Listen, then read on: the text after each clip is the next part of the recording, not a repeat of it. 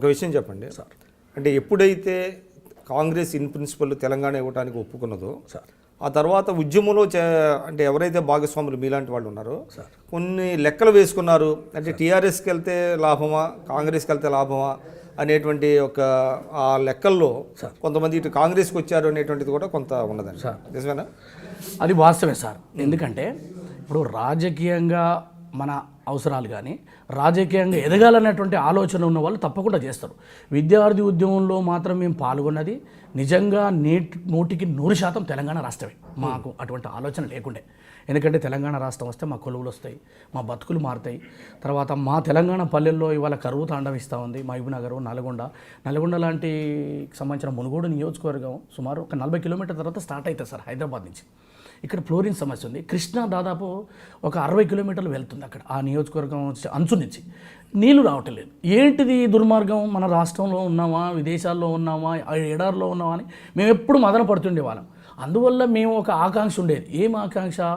ఒక ఉద్యమం ద్వారానే గతంలో చరిత్ర ఉంది, వేరే వేరే రాష్ట్రాలలో తమ హక్కులను సాధించుకున్నారు, అందులో మనం భాగస్వామ్యం కావాలన్నటువంటి ఆలోచన ఉన్నది. చివరి దశలో మాత్రం ఆశ పుట్టింది సార్. కంపల్సరీ తెలంగాణ రాష్ట్రం వచ్చేటువంటి పరిస్థితులు ఉన్నాయి, మనం రాజకీయంగా ఎదగాలి. ఎందుకు ఇవాళ రాజకీయం అనేది మాస్టర్ కీ రోల్ అయిపోయింది వ్యవస్థలో. నీకు ఎన్ని వసతులున్నా ఏదున్నా అట్టడుగున్న కులం వానికి కూడా ఒకవేళ ఎమ్మెల్యే ఎంపీ ఉంటే గౌరవిస్తుంది సమాజం. కాబట్టి ఈ గౌరవం పొందాలంటే కంపల్సరీ అడిగారా? అంటే కాంగ్రెస్ పార్టీలో అడిగారా? కాంగ్రెస్ పార్టీలో అడిగిన సార్. అంటే టీఆర్ఎస్లో అడిగి కాదనిపించుకున్న తర్వాత కాంగ్రెస్ అట్లా ఏం కాదు సార్. తెలంగాణ రాష్ట్ర బిల్లు ఏర్పడ్డ తర్వాత హైదరాబాద్కు కేసీఆర్ రాకముందుకే ఢిల్లీలో నేను వారితో చర్చలు జరిపాను. తర్వాత హైదరాబాద్కు వచ్చిన తర్వాత కొంతమంది ప్రొఫెసర్ని, కొంతమందిని ఈటల రాజేందర్ గారికి పంపడం జరిగింది.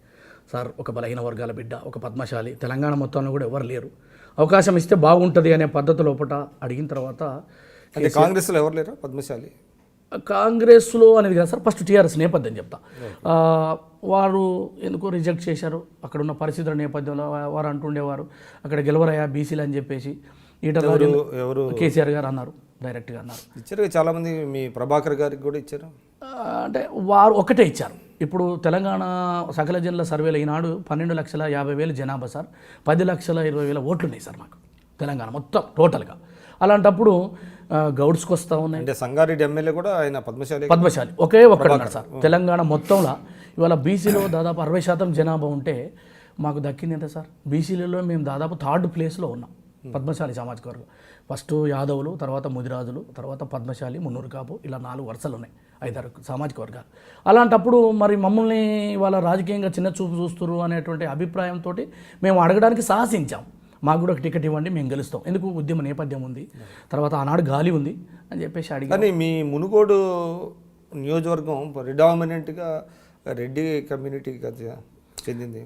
గతంలో పాల్వాయి గోవర్ధన్ రెడ్డి గారు చాలా స్ట్రాంగ్ లీడరు, కాంగ్రెస్తో చాలా విస్తృతమైనటువంటి సంబంధాలు ఉన్నాయి. ఆయన కూడా తెలంగాణ కోసం చాలా గట్టిగా పోరాడారు. ఆయన అసలు నిజం చెప్పాలంటే నిఖార్సైన తెలంగాణ వాదాన్ని చెప్పాలి, అలా అనుమానమే లేదు సార్. అటువంటి నియోజకవర్గాన్ని మీరు ఎలా వస్తుందని మీరు ఊహించారు? అంటే దీనికి 2 కారణాలు ఉన్నాయి సార్. ఒకటి, ఇవాళ తెలంగాణలో సామాజిక శక్తులు, సమాజంలో ఉన్నటువంటి అట్టరుగారు, బీసీ, ఎస్సీ, ఎస్టీ వర్గాల యొక్క ప్రాధాన్యత అవసరము అని చెప్పేసి అన్ని పార్టీలు గుర్తించినాయి. నెంబర్ 1. నెంబర్ 2, తెలంగాణ రాష్ట్రం ఏర్పడ్డ తర్వాత కాంగ్రెస్ పార్టీ గురించి గొంతెత్తి అరుస్తున్న వ్యక్తులలో నేను మొదటివాడిని. అందువల్ల రాహుల్ గాంధీ గారు డబ్బుతో సంబంధం లేకుండా, లేకపోతే కుల నేపథ్యమో ఇంకో వర్గ నేపథ్యం కాదు, సమాజంలో దూరంగా ఉన్నటువంటి వర్గాలని నేను తీసుకొస్తానటువంటి పిలుపునిచ్చారు. తెలంగాణ ఇచ్చిన కాంగ్రెస్ పార్టీకి సేవ చేస్తూనే నేను టికెట్ అడుగుతా. 100% 2019 నాకు టికెట్ వస్తుందని నేను భావిస్తా ఉన్నాను.